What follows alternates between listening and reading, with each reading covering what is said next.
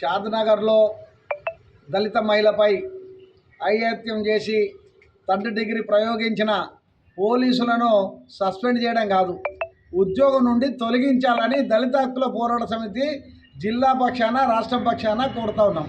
ఎందుకంటే దళితులపై వేరే వాళ్ళే కాకుండా పోలీసులు రక్షించే వాళ్ళే భక్షించే పరిస్థితిలో చేస్తూ ఉన్నారు.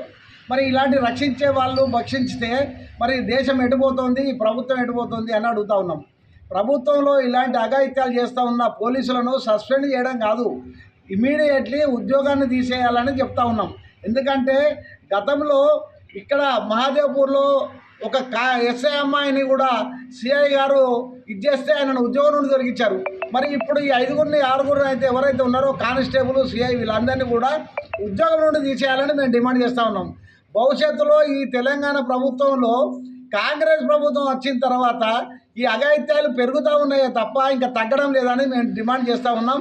ఇకనైనా తగ్గడానికి ఈ కాంగ్రెస్ ప్రభుత్వం ఏం చర్యలు తీసుకుంటుంది అనేది మేము సూటిగా ప్రశ్నిస్తూ ఉన్నాం.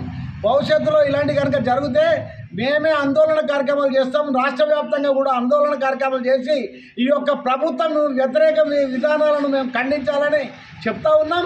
ఒకవేళ ప్రభుత్వం కనుక ఇదే పద్ధతిలో ఉంటే కనుక మేము దళిత హక్కుల పోరాట సమితి తరఫున రాష్ట్ర వ్యాప్తంగా ఆందోళన కార్యక్రమాలు తీసుకొని వీళ్ళను ఉద్యోగం నుండి తొలగించే వరకు కూడా కొట్లాడతామనే సంగతి ఈ సందర్భంగా తెలియజేస్తూ ఉన్నాం. కనుక ఇలాంటి సంఘటనలు జరగకుండా భవిష్యత్తులో ఏదైతే జరిగినా ఎంబడే ఉద్యోగం నుండి తొలగిస్తామని భయం ఉంటుంది. ఆ భయాన్ని సృష్టించాలి.